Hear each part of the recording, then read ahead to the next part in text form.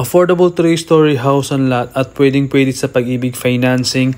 Magandang location along the highway lang at meron tayong quadruplex, duplex, single attached, single detached at perfect for your growing families. Guys, welcome to Tanza Garden Villas.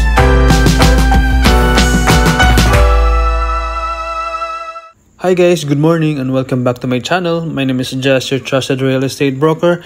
At ito ang ating affordable 3-story house and lot, the Hyacinth dito sa Tanza Garden Enclave. Ito ang ating dress-up model pero explain ko mamaya ang klase ng turnover na meron tayo. Guys, ang ating Hyacinth house ay merong lot area na 73.50 square meter at livable space na 122.50 square meter. Provisions for 4 bedrooms, 2 toilets, 1 bathroom, and 1 car garage. Ngayon, tingnan natin kung gaano kaganda ang magiging bahay nyo. Pagpasok mo ng bahay, you will be greeted sa high ceiling natin from ground floor to second floor. At yung living area natin dito sa ground floor ay very spacious. Pwede ka maglagay ng mga malalaking sofa, malalaking painting like that one for example na nakakadagdag ng ganda ng bahay. Next ang ating dining area. Guys, ito yung maganda sa bahay na to. Maganda at open yung floor layout na to kaya kahit 6 seaters or 8 seaters yan, kasyang-kasya dito. Okay, bago tayo dumiretso sa kitchen area natin, ipakita ko lang din sa inyo na yung bahay na to ay meron ring access door papunta sa parking side. Which is a good idea na hindi mo na kailangang dumaan pa sa main door para lang pumunta sa parking. Next ang ating kitchen area. Guys, ang ating kitchen area very spacious kaya perfect ito para sa mga mahihilig magluto. May space for overhead cabinets, may bintana din dyan at naglagay pa siya ng bar counter. Okay, upon turnover, hindi kasama yung mga overhead cabinets at itong bar counter. Ang meron lang tayo yung kitchen sink tsaka yung kitchen countertop. Next, ang ating toilet. Okay, so kanina na-mention natin na ang house na to ay merong 2 toilets, 1 bathroom. At ito ang una dito sa ground floor at spacious siya at pwede siyang i-convert into toilet and bath. Diba? Hindi tinipid sa space. Now, let's go sa second floor.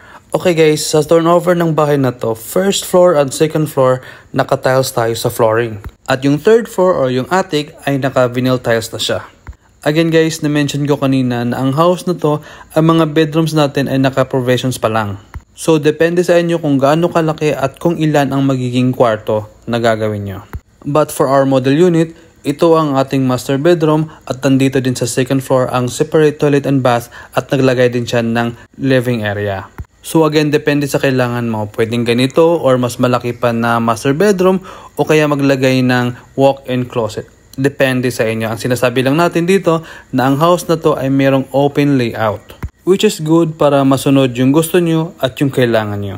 Next, ang ating separate toilet and bath na maganda din ang idea na ganito para kung sakali magkakasabay sa paggamit, hindi magiging problema. At sa turnover naman natin, kompleto ito sa toilet and bathroom fixtures. Next, ang ating living area dito sa second floor. Sa model na to, maganda ang idea na isang bedroom lang ang nilagay niya dito sa second floor at yung extra space ay kinonvert niya into a living room na overlooking naman sa living area doon sa ground floor. Yung railings guys, kasama yun sa turnover. O diba, napakaganda ng idea, may living room ka sa baba, meron din dito sa second floor na may access papunta sa balcony. At yung sa balcony, kung sakaling maliit pa din para sa inyo, pwede natin siyang i-extend. Meron pa tayong space na pwede natin siyang i-utilize for extension. O diba, napakaganda ng bahay na to. Ang daming pwede nating magawa kasi nga naka-open layout tayo dito. Next nating puntahan ang ating third floor. Again guys, sa ating third floor, hindi na siya naka-ceramic tiles upon turnover, pero naka-vinyl tiles na siya. Dito sa third floor guys, malaki pa din yung space at pwedeng-pwede ka pang maglagay dito ng 3 to 4 bedrooms. Sa ating model unit, naglagay siya ng 3 bedrooms at isang storage area. Again guys, depende sa inyo kung gaano kalaki at kung ilan yung magiging kwarto na kailangan nyo. And so, ayun guys, malapit na tayo matapos sa ating house tour. And again, ito yung details ng ating house na Hyacinth dito sa Tanza Garden Enclave. Again, meron itong lot area na 73.50 square meter at floor area or livable area na 122.50 square meter. Provisions for 4 bedrooms, 2 toilets, and 1 bathroom with balcony. Of course, with carport at yung carport natin ay naka-rough finish na siya.